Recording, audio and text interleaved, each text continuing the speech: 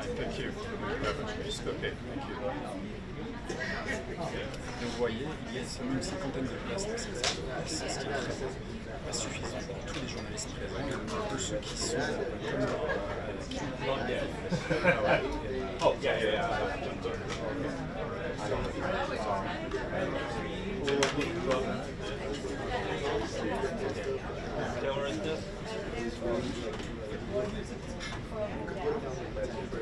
Is this your camera here?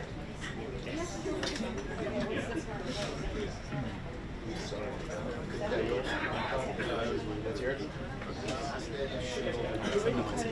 50 places ici seulement, c'est pour ça que plus de gens avant, vous voyez, il y a beaucoup de journalistes qui sont pressés dans les allées pour avoir une bonne place pour la conférence. C'est mon cas. Moi, je me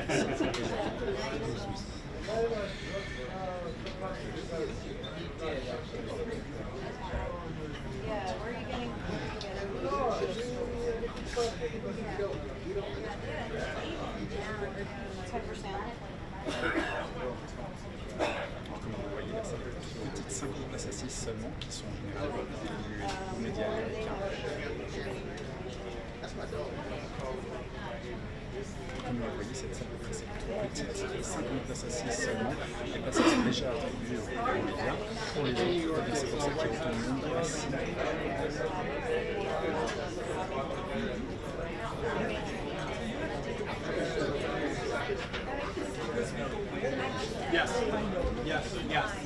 Comme vous voyez, c'est 50 places assises seulement qui sont déjà attribuées et réservées. Pour les autres journalistes comme moi, vous voyez, on est déjà en train d'attendre, on est une demi-heure en presse, déjà du monde dans les allées pour avoir les meilleures places et puis pas être tout derrière, comme c'est parfois le cas.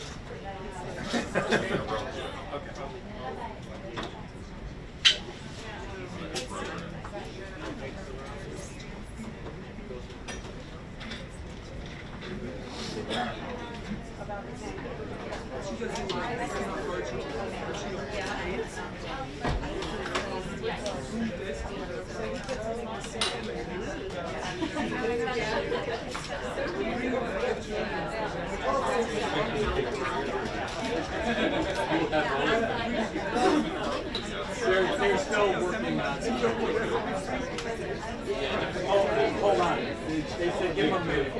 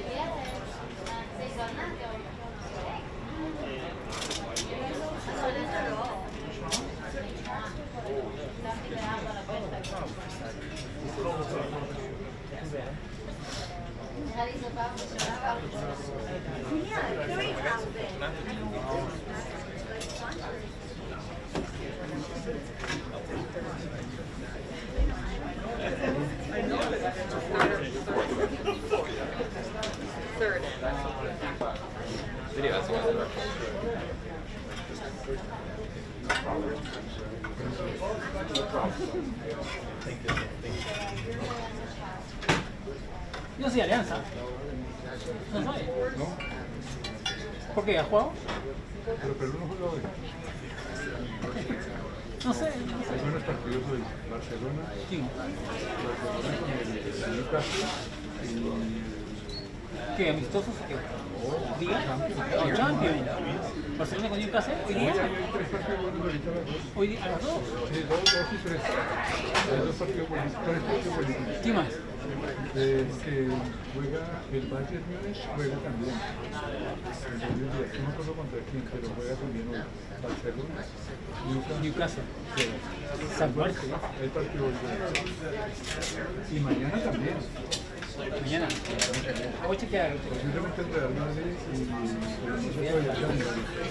¿Qué es la Champions League? No. Un día es la final. Son los 16 que entran. Ahorita comienza lo bueno. Los octavos, ¿no? Sí. Claro.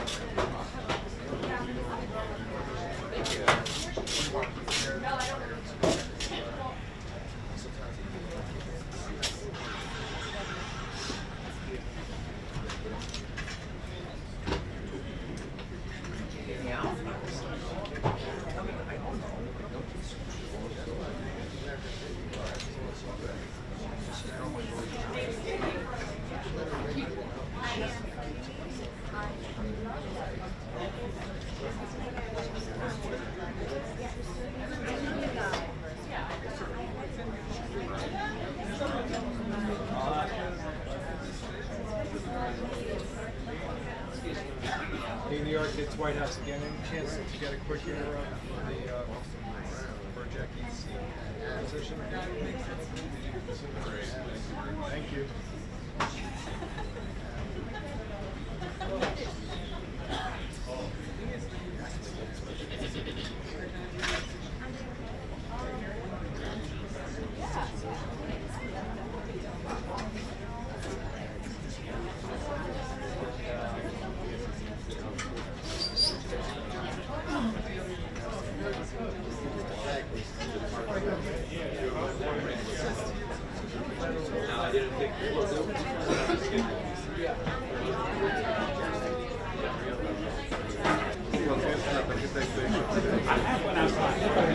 I'll make sure you do.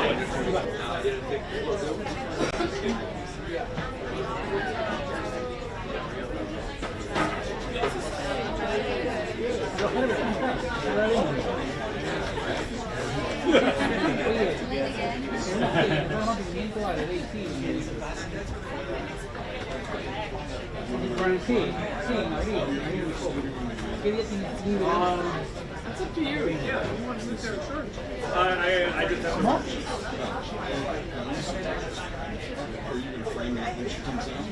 Oh, yeah, yeah.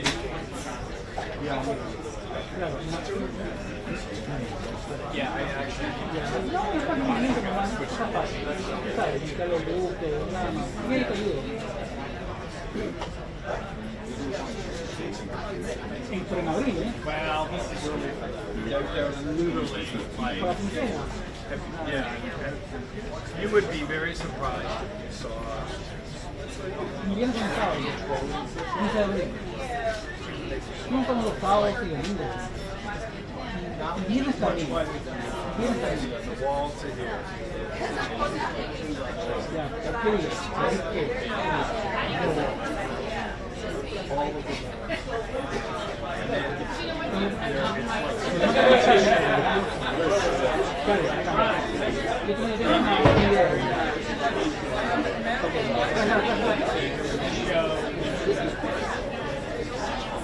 And everything.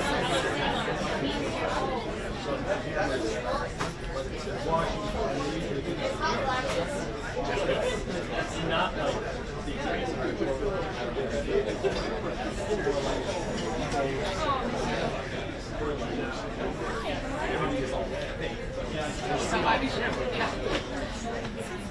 there's no way.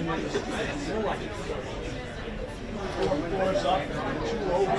Yeah. It's not like when you run out with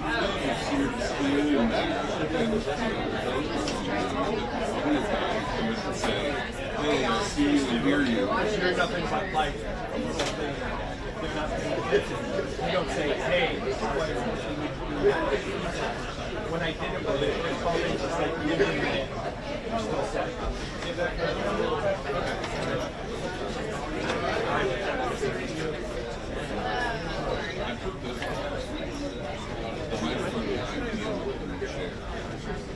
She's big girl. Yeah, I'm subbing in for Dan Huff today. You need to get through? Yeah, in a minute. So this is me here. Mind the front? Now, I'm not shooting the actual video, I'm shooting live. So you're good there. I can come back shortly after. Yeah, it's right on there. I wouldn't even do it. Yeah. It's so close to like creep into it. Yeah, no, I'm happy to come down fairly quick afterward and make sure you're got a full frame.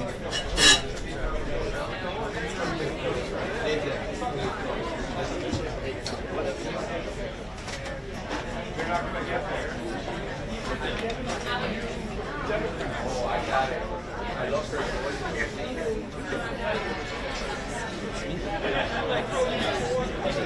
No, good.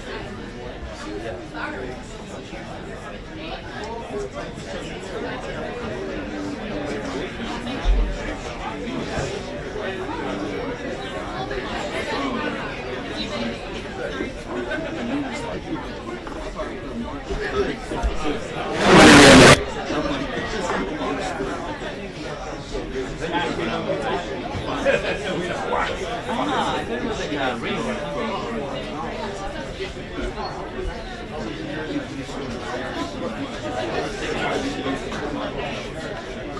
Oh my god, you're the best. Hey Michael.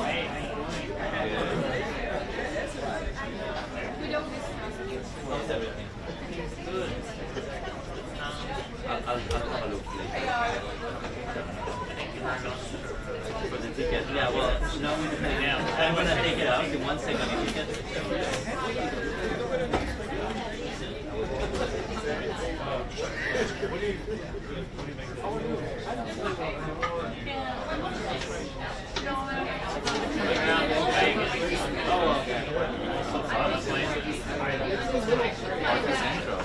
Unfortunately, it was I'm gonna get this out of the way. Sorry.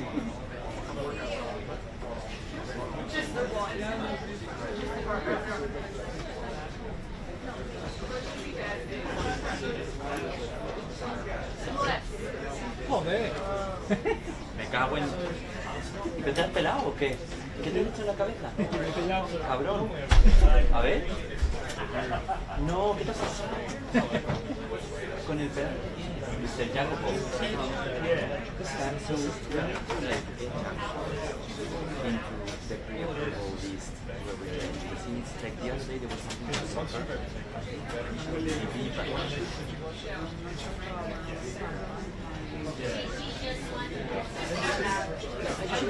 In a person? No, but we can still help. He's a friend. We want to do it.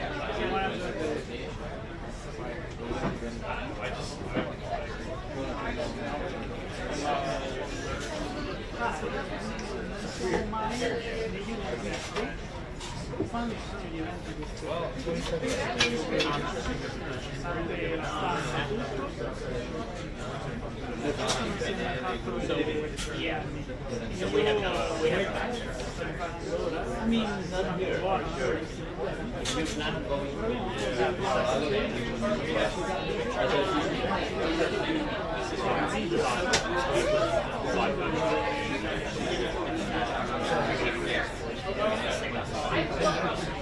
No, because it's not trying that day.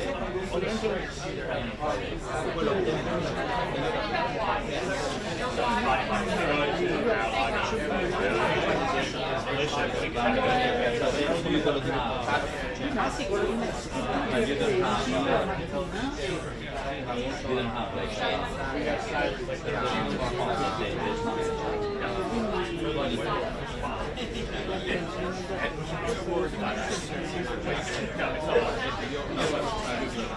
I mean,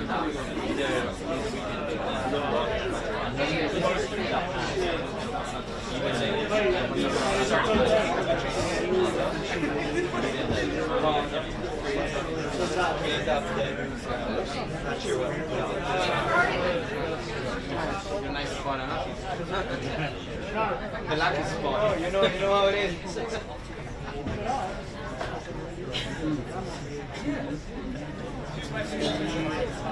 So once they reply,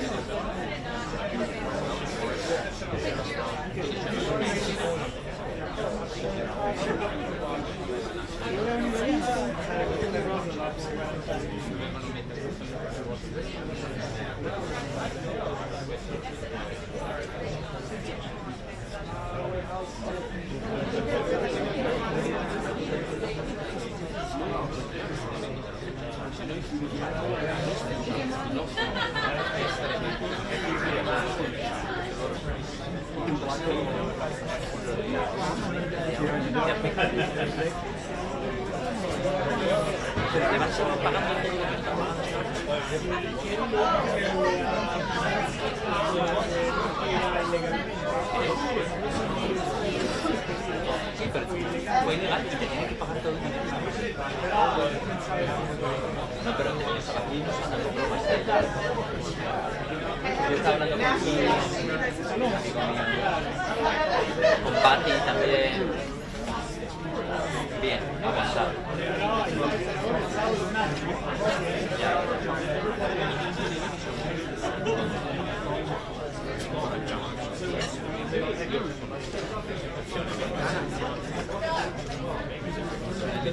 Hey, how are you?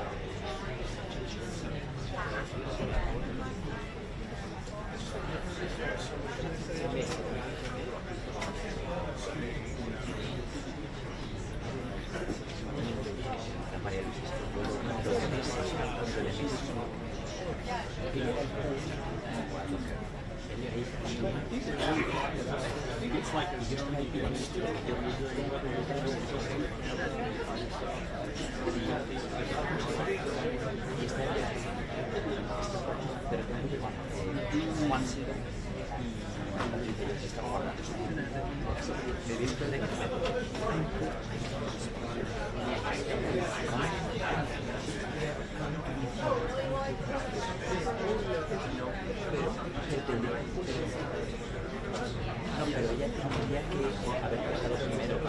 No, y luego se quedó allí, ¿no? Pero yo me remití de nuevo.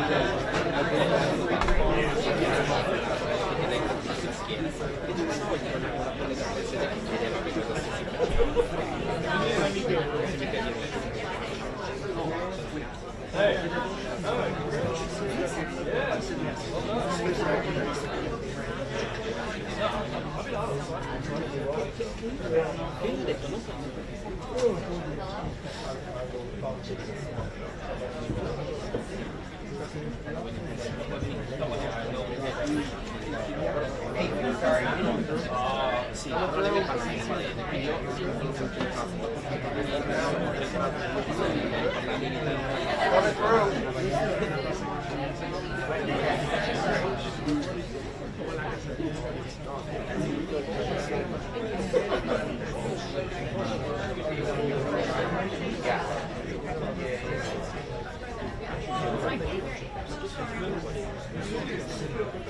No, pero además con Daniel, que Daniel es muy calmado, él nunca nos pelea.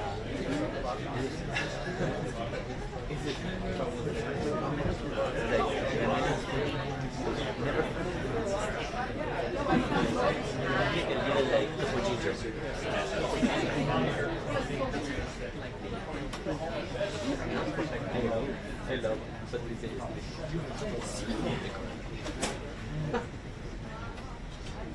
I'd rather have it here.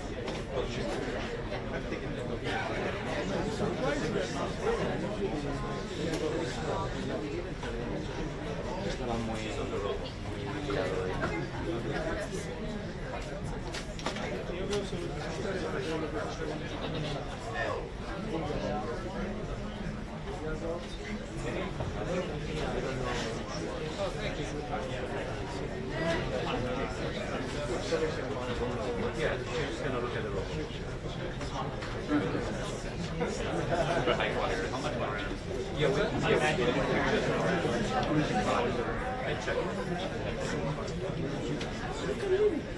Check the weather.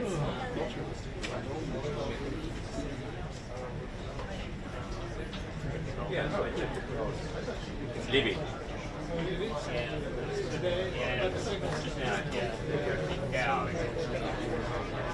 No, of course not. No, after I got it.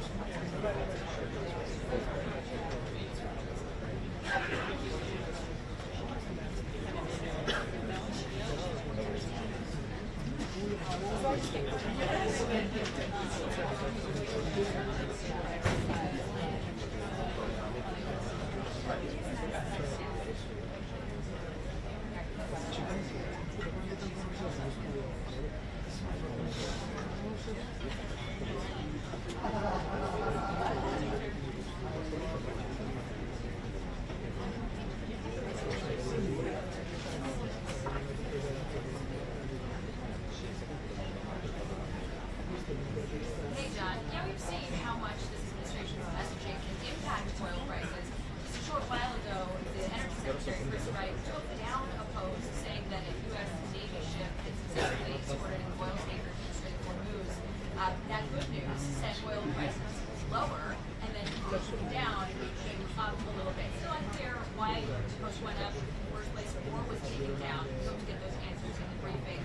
But the messaging has also impacted things like stock prices. They were the point of this. The president told CBS over the weekend that war was pretty incomplete, and then told lawmakers in Florida that there's still a bit more to do. They want to make sure that oil does not rise back up again, and saying the party won in many ways, but it's not enough. The president has plenty of timeline there on how long this will last, saying that the main objective is ensuring that they complete the mission here. He declined to say whether the U.S. feels it needs to take out Ayatollah, maybe his son, and Secretary of War said that today is going to be on 10-day strikes to start this operation as those Iranians on their blocks oil going to the Strait of Hormuz, through which about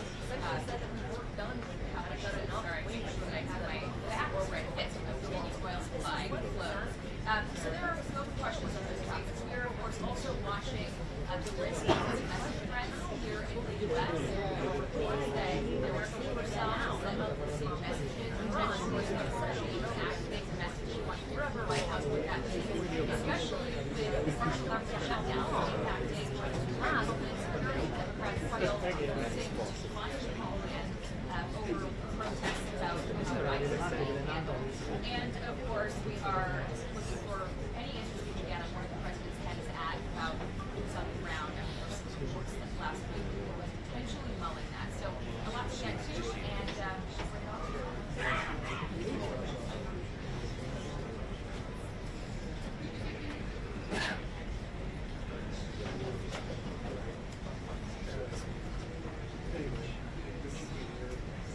solid question. And we did hear from the Pentagon that there are conversations about using the Navy to escort tankers to the Strait of Hormuz. General aims at escorting this to kind of sort of figure out what all would go into that, risk-benefit calculation. But this is something the president has floated from the beginning of this operation, certainly necessary. They can look into how they would carry that out. But we don't yet have any indication that that has begun, and whether they plan to start soon. No. ¿No? Si no va Trump, no voy. ¿Tú crees que le darán un Oscar a Trump? Me imagino. Él quiere todo.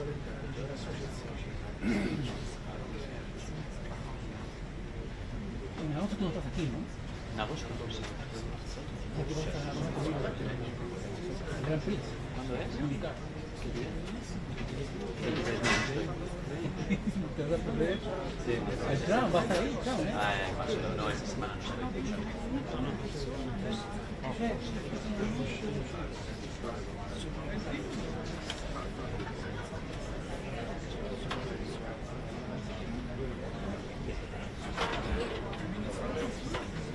¿Qué tienes planeado?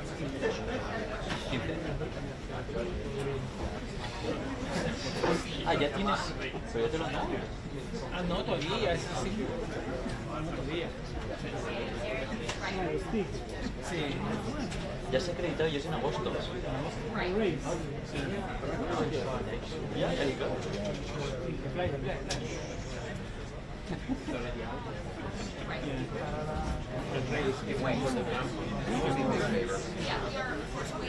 My backpack is by the fire extinguisher.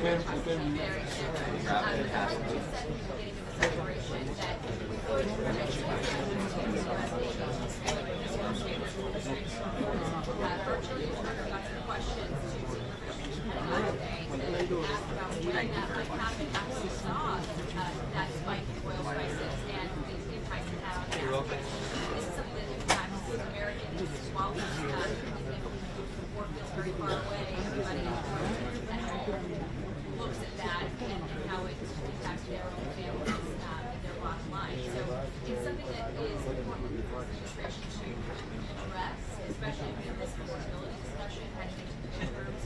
I think that might be why the president was pressured to give some answers on how long he thinks this operation is going to last, which is obviously a tough question to answer when war is a war and it's hard to anticipate what's coming next. But what they can articulate, though, is what their goals are. They stated that at the very beginning of this war. Now we just have to figure what it is they need to be able to stabilize oil prices, whether that means sending U.S. Navy tankers, maybe ships to escort tankers, or potentially take out the threat in Iran that is holding up the traffic in that major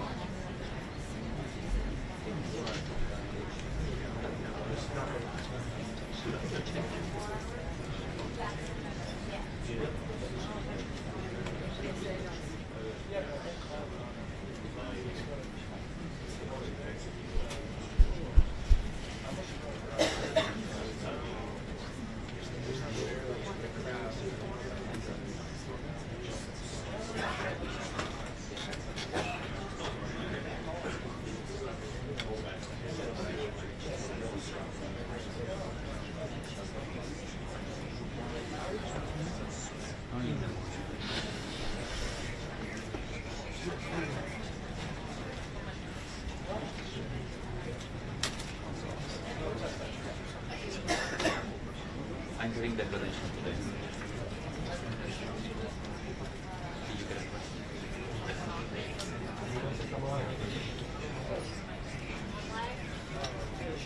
What about Mr. Curtis?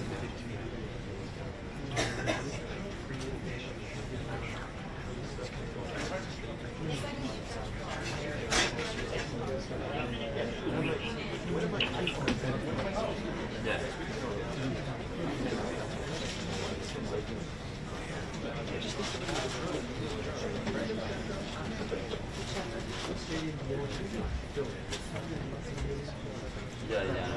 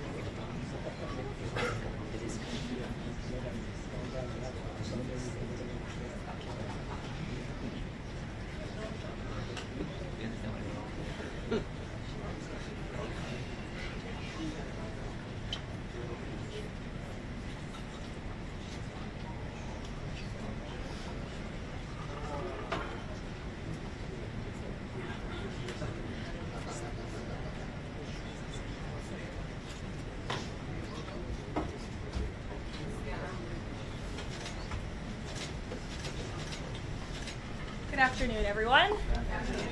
Let's begin with some scheduling updates.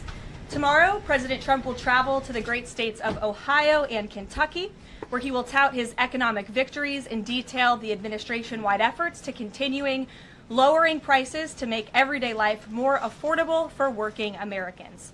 The president will visit Thermo Fisher Scientific in Ohio and give remarks at Verst Logistics in Kentucky. On Thursday, President Trump and the First Lady will host a Women's History Month event in the East Room. And on Friday, the president will sign several executive orders, and we will provide more details on those later this week. As President Trump shared with the American people last night, the United States military is making tremendous strides towards achieving our military objectives for Operation Epic Fury. 10 days in, this campaign has been a resounding success thus far, and America's warriors are winning this important fight at an even faster pace than we anticipated. More than 5,000 enemy targets have been struck so far. Iran's ballistic missile attacks are down more than 90%, and their drone attacks are down by approximately 85% since the start of Operation Epic Fury. The United States is also annihilating the Iranian regime's navy, and we have destroyed more than 50 Iranian naval vessels, including a major drone carrier ship. None of the regime's vessels are operating in major regional waterways, and the Iranian Navy has been assessed as combat ineffective. The trend is clear. U.S. combat capabilities are increasing and growing more lethal and dominant by the day, while the Iranian terrorist regime's ability to respond has rapidly declined. Now, the U.S. military is moving to dismantle Iran's missile production infrastructure. Our incredible B-2 bombers recently dropped dozens of 2,000-pound penetrator bombs on deeply buried missile sites. Last night, President Trump reiterated his commitment toward keeping oil flowing through the Strait of Hormuz so the United States and all of our allies can receive their energy needs. President Trump will not allow rogue Iranian terrorists to stop the freedom of navigation and the free flow of energy. Let me be clear. It is a good thing to wipe out terrorists who indiscriminately target civilians and attempt to hold the global economy hostage, and President Trump should be commended for doing so. As the president made unequivocally clear to the remaining elements of this terrorist regime in his statement yesterday, if they do anything to stop the flow of oil or goods within the Strait of Hormuz, They will be hit by the world's most powerful military 20 times harder than they have been hit thus far. Moving forward, the stated objectives for Operation Epic Fury remain the same: destroy the terrorist regime's ballistic missiles, raise their Iranian missile industry to the ground, ensure their terrorist proxies can no longer destabilize the region, and ensure that Iran never obtains a nuclear weapon. President Trump remains confident these goals will be accomplished in swift fashion. As for the oil, President Trump fully expected the rogue Iranian regime to try and disrupt the global markets. That's why President Trump and his energy team have been planning for this long before the strike and have moved quickly to address these temporary disruptions. Thus far, the Trump administration has offered political risk insurance to tankers operating in the Gulf. The Treasury temporarily waived certain oil-related sanctions, and the Commander-in-Chief has offered the U.S. Navy to escort tankers when necessary.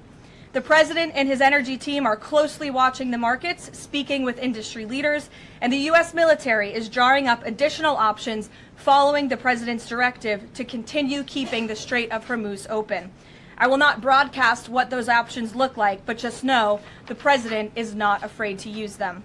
Rest assured to the American people, the recent increase in oil and gas prices is temporary, and this operation will result in lower gas prices in the long term. Once the national security objectives of Operation Epic Fury are fully achieved, Americans will see oil and gas prices drop rapidly, potentially even lower than they were prior to the start of the operation. And we will live in a world where Iran can no longer threaten the United States or our allies with a nuclear bomb. On another matter here at home, President Trump is urging Congress to pass the Save America Act, one of the most critical pieces of legislation in our nation's history. The Save America Act is overwhelmingly popular with all Americans because each provision is rooted in common sense. The Save America Act has 5 simple requirements as requested by the President of the United States. Number 1, voters have to show ID to cast a ballot in an American election. Very simple. 90% of Americans, including more than 80% of Democrat voters, agree with this. Number 2, the Save America Act will require all voters to show proof of citizenship in order to register to vote in American elections. Again, this is popular and rooted in common sense. Only American citizens have the right to vote in American elections. But after Joe Biden and the Democrats allowed tens of millions of illegal aliens into our country, it's more important than ever to ensure that only American citizens are registering to vote on our nation's voter rolls, and Congress needs to pass this. Number 3, the Save America Act abolishes the incredibly unsecure practice of universal mail-in ballots, which throw the door wide open for fraud. Importantly, the Save America Act maintains exceptions for Americans to use mail-in ballots for illness, disability, military, or travel reasons. The bipartisan 2005 report of the Commission on Federal Election Reform, chaired by, of all people, former President Jimmy Carter and former Secretary of State James Baker, concluded that, quote, absentee ballots remain the largest source of potential voter fraud, and it is time for Congress to finally address this. Number 4, the Save America Act permanently bans men from competing in women's sports. President Trump signed a landmark executive order upholding the promise of Title IX and ending this dangerous and unfair practice. But now it's time for Congress to codify this into law. Number 5, the Save America Act bans transgender mutilation surgery for children. Again, President Trump signed a common sense executive order to do this and kept his promise to the American people, but now Congress needs to do the same and codify it. It's well past time for Democrats in Congress to stop perpetuating the radical and false claim that you can somehow change a child's sex. You cannot. Passing the Save America Act is the most important thing that Republicans and, frankly, Democrats can do to strengthen election integrity and protect our democracy. It's what the American people elected Republicans to do, and they must deliver on it as soon as possible. The President is calling on Congress to get the job done and send this historic piece of legislation to his desk immediately for signature. So with that today, I will take your questions. Benny, thank you for being here, and why don't you start us off? Thank you, Karoline. So my first question is actually about the Save America Act. So one of the biggest things that the Democrats are saying, the claims that they're making, is that the Save America Act it would prevent married women from voting in elections or make it harder for them. What do you have to say to those claims? Is there any validity to them, and where do you think they're getting this from? There is zero validity to these claims, and I'm glad that you brought them up, because you have the Democrats who have created this myth, and it has been perpetuated, unfortunately, by many in the mainstream media. Let me be very clear. The Save America Act does not prohibit anyone from voting with the exception of illegal aliens. And the greatest way to disenfranchise American citizens from voting in American elections is to allow illegal aliens to vote, which is what Democrats want to do. We see it taking place in Democrat jurisdictions at the state and local level across this country. So the Save America Act corrects that. And as far as married women who have changed their name, if they're already registered to vote, they're entirely unaffected by the SAVE Act. And for the small fraction of individuals who have changed their name or their address, they can still register to vote, of course. They just have to go through their state processes to update that documentation. And this is something that the American people, married women, and minorities, and people all across this country who Democrats are insultingly saying cannot do this, they're already doing it every day, going to the Social Security office, going to the DMV, and I think it's frankly insulting that the Democrats are saying that there's certain groups of people in this country who aren't smart enough to update their documentation to allow them to vote. Again, this is a huge myth, and thank you for giving me the opportunity to address it. Of course, and then just one more question about DHS. The funding issue has been 3+ weeks now. I was at the airport this morning in St. Louis, Missouri, and it was early in the morning, and one of the TSA agents, I saw she was kind of tearing up, she was crying, and I asked her, I was like, what's wrong?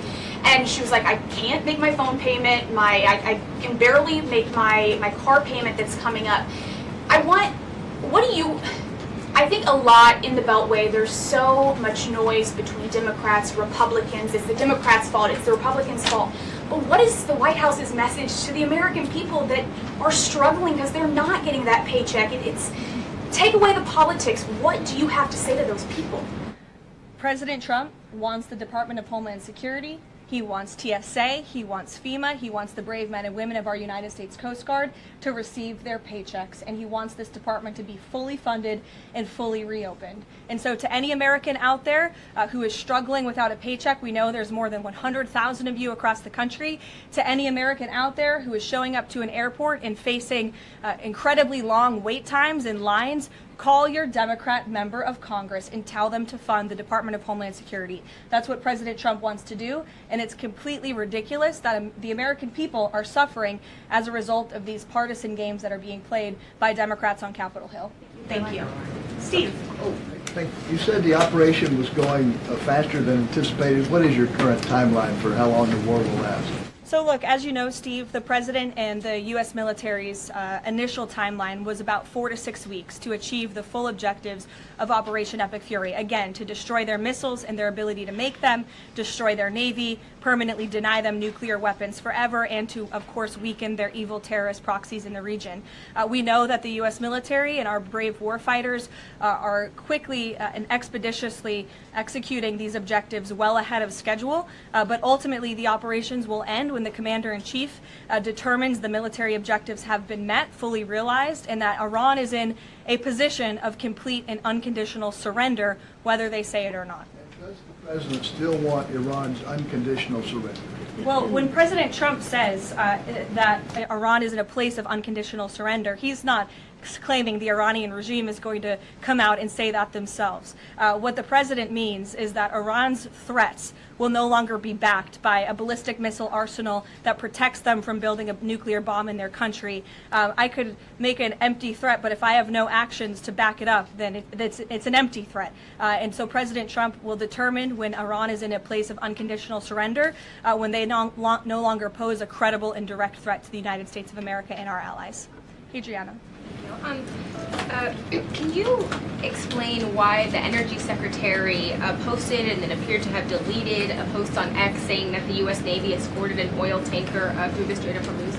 Yes, I was made aware of this post. I haven't had a chance to talk to the Energy Secretary about it directly. However, I know the post was taken down pretty quickly, and I can confirm that the U.S. Navy has not escorted a tanker or a vessel at this time, though, of course, that's an option the President has said he will absolutely utilize if and when necessary at the appropriate time. Something that was posted erroneously, could it be because of a staffer? What, I guess, will there be any consequences for this? I know you still have to consult, but just generally speaking. Again, I would defer you to the Department of Energy to answer that question. And if I could just follow up really quickly. Sure. In terms of oil sanctions, the president said that there would be some sanctions that would be lifted. Would those be on Venezuela, Russia? Could you give some specifics there and then timing for that as well? Sure. I know it's something that the Treasury Department and the President's energy team continue to discuss, and they will ultimately consult with the President before decisions are made. I don't have any announcements on new sanctions or the lifting of new sanctions for you today. Alex. Thank you. Reuters has reported that about 150 U.S. service members have been injured so far. Can you confirm that number and elaborate on that? I can't confirm the exact number. I know it's within that ballpark, but I would defer you to the Pentagon for a specific number of wounded or injured thus far. And then secondly, if I can, I wanted to ask about, there was a briefing on the Capitol Hill today, and some senators came out and said they were more convinced than ever that there would be U.S. boots on the ground. Senator Blumenthal said that, in fact. Your reaction to that and any update on President Trump's thinking about it? Look, I would say that Democrats on Capitol Hill are clearly being quite disingenuous. 3 years ago, not a single Democrat voted against the resolution condemning Iran as the world's leading state sponsor of terror. Yet now, with President Trump as commander-in-chief finally taking the action that so many Democrats have called on the commander-in-chief to do for many, many years, to wipe out the threat of a rogue Iranian terrorist regime, now all of a sudden Democrats are playing politics with this long-standing bipartisan policy of the United States, and 53 of them in the House recently voted against the resolution condemning Iran as the world's state sponsor of terror. So I wouldn't take Democrats at their word. As for boots on the ground, the president has talked about this repeatedly. Wisely, he does not rule options out as commander-in-chief. So again, I would hesitate to confirm anything that a Democrat on Capitol Hill says right now about the president's thinking. Garrett. John, you outlined to Steve the military components of what would be involved in ending this war, but it seems like there's a political component too. The president said to Fox earlier today that he doesn't believe the new Ayatollah can live in peace. He made a variety of comments suggesting that he should be involved in picking the new Iranian leader. Is the ending of this war also contingent on Iran selecting a leader that the president finds acceptable? And if so, how is that not the definition of a regime change war? Look, as President Trump has blatantly and frankly stated, it's obviously within the best interest of the United States and the West to no longer have a radical terrorist in charge of Iran, especially as we see their reaction to Operation Epic Fury. They had their missiles turned towards our Gulf and Arab partners in the region. Again, this was a regime that chanted, or still chants, death to America. We look at the way that they are holding the entire world hostage with the restricting of the free flow of energy through the Strait of Hormuz. So the president, I think, is making quite an obvious comment. Again, as for the timeline of the military operations with respect to Iran, we have objectives that we have laid out that the commander-in-chief wants to see achieved. When they are achieved, then it will ultimately be up to the president to end this operation. Okay, so I think you're not exactly addressing my question, though. Is that political objective also necessary for the president to decide to end this war? Look, again, I just told you the objectives of Operation Epic Fury. When those objectives are met, the president will dictate the end of these operations when he deems that Iran no longer poses a credible threat to the United States of America. And again, it goes back to, what does that unconditional surrender look like? Iran can talk all they want, and their words will be very empty when we've completely annihilated their navy, as we are doing, when we've taken out the threat of their ballistic missile capability, when we can firmly, finally ensure that they can no longer make a nuclear bomb to threaten the United States and our allies and our troops in the region. And that's what President Trump is ultimately seeking to do with respect to this operation.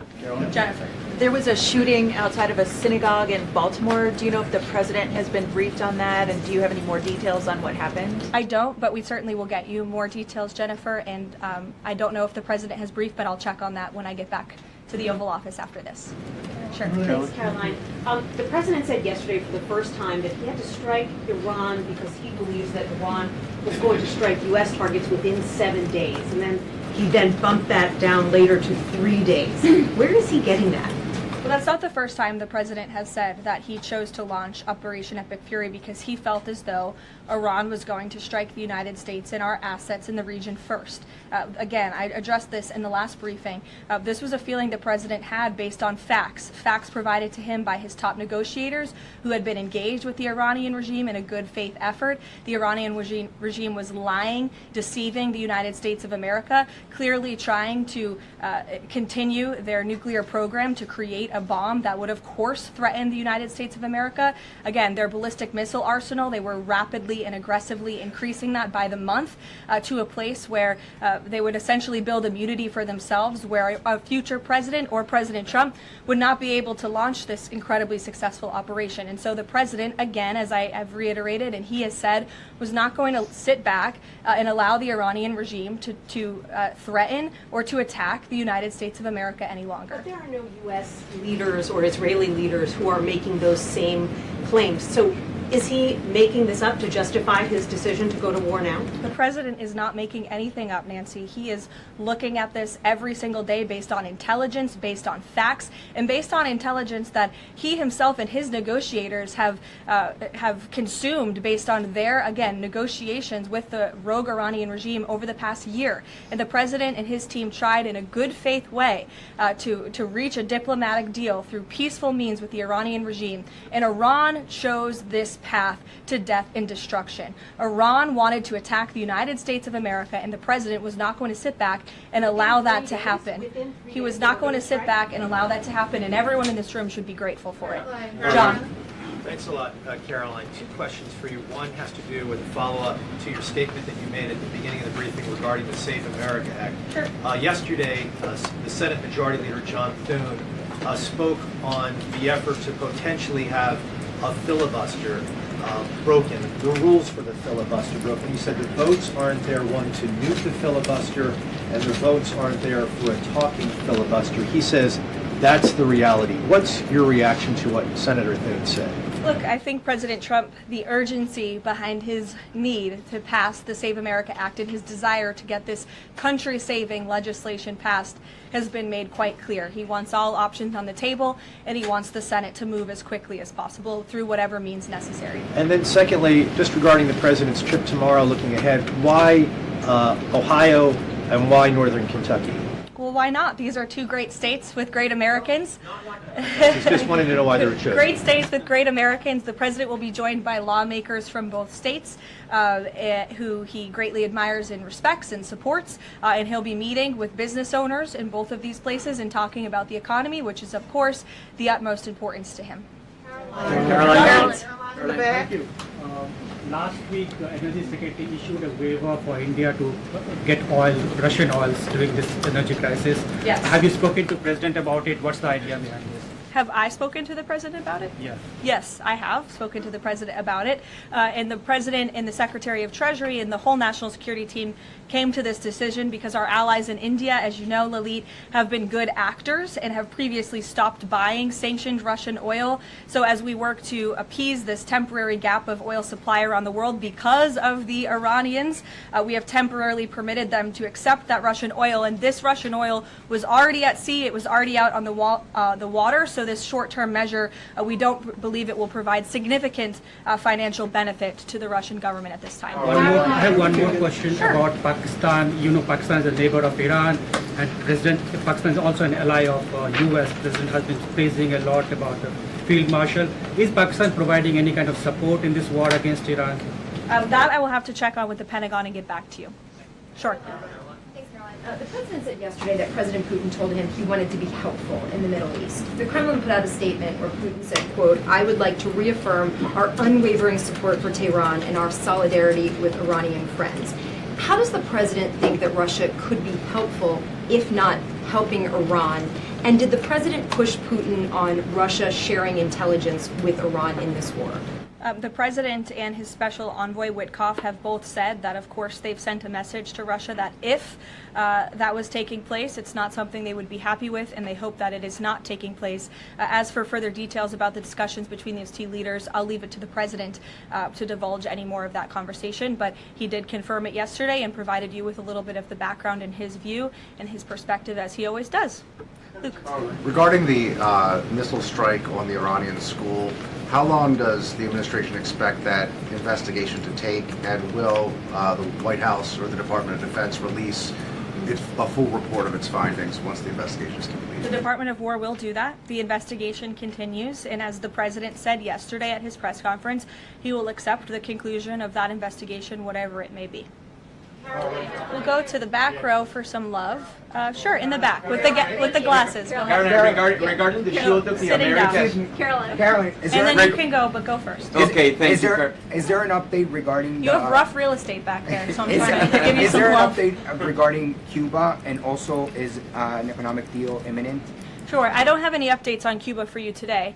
Obviously, this is something the administration is actively dealing with. The president's made it quite clear it's his belief, based on fact, that the Cuban regime is bound to fall. The country is obviously in a very weak place, economically speaking. The people are crying out for help, and the president believes and knows that the Cuban regime wants a deal. So as you know, Secretary of State Rubio has been engaged in those conversations as directed by the president. I don't have any updates for you today, though. Thank you, Caroline. Regarding the Shield of the Americas, the initiative by President Trump this weekend, big names, a lot of countries, but some notable absences. For instance, Colombia, which is a key ally with the United States in terms of counter-narcotics. And President Gustavo Petro was here at the White House, and he met with President Trump. Why wasn't Colombia invited to the Shield of the Americas? I don't think we're seeing the level of cooperation we quite want to see yet from the Colombian government to invite them to the Shield of America's event and pact, but we certainly hope that this newfound organization will expand and we can continue to invite additional member countries. But there was quite a few countries there. I believe there were 17 countries represented, 12 heads of state with the president over the weekend. They signed a defense agreement with all of our militaries to emphasize the need to combat drug cartels through Latin America in the Western Hemisphere, and ultimately, of course, to curb the illegal trafficking of drugs to the United States, which is the president's utmost priority in all of this. So it was a great event on Saturday, and we look forward to the coalition expanding. Kelly in the back. Caroline, thank you. Good to see you. I want to get back to another question that was asked earlier. It talked about the political aspects, but there's also the ideological and the spiritual aspects of what Iran has said for 47 years. Death to America, death to Israel. And we've just finished talking about the fact that terror has been around the world. Iran has been the nexus of that in so many ways. Has the president stated clearly to the American people why this is such an imminent threat in order for Democrats on Capitol Hill and Republicans and the American people to understand how imminent the threat was? I think he has, Kelly. I mean, you've heard from the president on an almost daily basis over the course of the past 10 days. You've heard it from me at this podium. You've heard it from the Secretary of War, the Secretary of State, the Vice President of the United States. You know, the president's top cabinet and his officials have been repeatedly explaining to the American public the threat that Iran has posed to our country in this moment, but of course over the course of the past 47 years. And their words, again, chanting death to America, speak for themselves. Go ahead. You can follow up. Why the division within the American people? I realize that we have the people are talking about the War Powers Act. They're talking about all kinds of issues. But have people forgotten just how imminent that threat was? If they keep saying death to America and death to Israel, they mean it. Look, I don't think the American people have forgotten, but I think Democrats on Capitol Hill, they have not forgotten, but they are just so plagued with this resistance to President Trump on everything that they do that, again, they can't even rally behind the common sense, bipartisan, long-standing principle of the United States of America that Iran absolutely poses a threat to the United States, that Iran is the world's leading state sponsor of terrorism.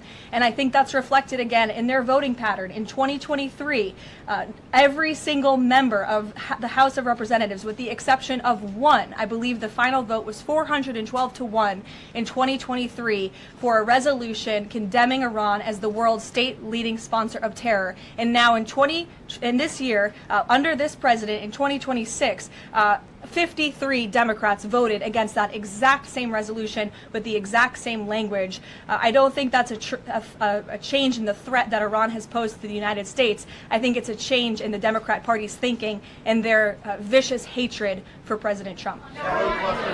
Danny. Sure. National threat level, following on Kelly, what's the national threat level right now because of this death to America, death to Israel issue? I believe the Department of Homeland Security and the FBI have repeatedly and continuously provided updates on the threat level to the homeland. I don't want to speak on it out of turn from up here, but of course the federal government is continuing to coordinate and partner with local law enforcement agencies across the ground to thwart potential threats to the homeland. This is something the administration obviously takes very seriously. We are thwarting threats that frankly most Americans don't know about because they never make headlines, but that's the great work that the Department of Homeland Security is doing, and it emphasizes and underscores the point of why Democrats need to fund and reopen fully the Department of Homeland Security right now. Danny? On the Iranian school, why did President Trump say yesterday that Iran may have Tomahawk missiles when there are only 3 other U.S. allies plus the U.S. that have those missiles and therefore could... Look, again, as the president said yesterday, he will accept the conclusion of this investigation by the Department of War. I know there's been a lot of speculation in the media about who may be responsible for this. We're not going to get ahead of the Department of War and the conclusion of that investigation. The president has a right to share his opinions with the American public, but he has said he'll accept the conclusion of that investigation. And frankly, we're not going to be harassed by the New York Times, who's been putting out a lot of articles on this, making claims that have just not been verified by the Department of War, to quickly wrap up this investigation because the New York Times is calling on us to do so. Thank you. Thank you so much. Karoline, with the DHS currently under a partial Democrat shutdown, does the administration have any specific concerns about potential impact on Homeland Security or intelligence monitoring of sleeper cells inside the United States? And do you have any comment on the bombing, the 2 individuals that bombed New York City or tried to? Yeah, it was absolutely despicable to see that attack in New York City. I know the FBI is investigating, and the Department of Justice and SDNY have announced they are charging those 2 individuals and alleged terrorists, and I know they won't rest until justice is sought in this case. Daniel. Thank you, Caroline. Appreciate it. Millions of Americans are filing taxes for the first time since the president signed the One Big Beautiful Bill Act into law. New reports say that new IRS data says that the average federal tax refund is around $3,800, a little bit up from the last period of last year. Does the president believe that the average federal tax refund increasing this year could provide a little bit more economic growth, something that he's been very focused on as the year progresses? Absolutely. And Americans are going to start benefiting from the fruits of President Trump and Republicans' labor through the passage of the One Big Beautiful Bill and these historic tax cuts. We are midway through tax season, so just to provide an update from the Treasury Department that just went out moments ago, nearly 63.5 million tax returns have been processed thus far, 45% of the anticipated total number of tax returns by April 15th, so don't forget to file your taxes, people. And the average refund this year is more than $3,700. And we know that more than 27.5 million individuals who have filed their tax returns thus far have claimed at least one of President Trump's new tax cuts. Over 3.5 million returns have claimed no tax on tips. Over 15.5 million returns have claimed no tax on overtime. Over 9.2 million returns have claimed the enhanced deduction for seniors. And over 690,000 returns have claimed no tax on car loan interest. And another amazing statistic, nearly 3.5 million Trump accounts have been opened for children in our country thus far. So we look forward to, I know the Treasury Department continues to look forward to seeing these checks go out the door and into the pockets of hardworking Americans, and the president will be meeting with them. The United States military is making tremendous strides towards achieving our military objectives for Operation Epic Fury. 10 days in, this campaign has been a resounding success thus far, and America's warriors are winning this important fight at an even faster pace than we anticipated. More than 5,000 enemy targets have been struck so far. Iran's ballistic missile attacks are down more than 90%, and their drone attacks are down by approximately 85% since the start of Operation Epic Fury. The United States is also annihilating the Iranian regime's navy, and we have destroyed more than 50 Iranian naval vessels, including a major drone carrier ship. None of the regime's vessels are operating in major regional waterways, and the Iranian Navy has been assessed as combat ineffective.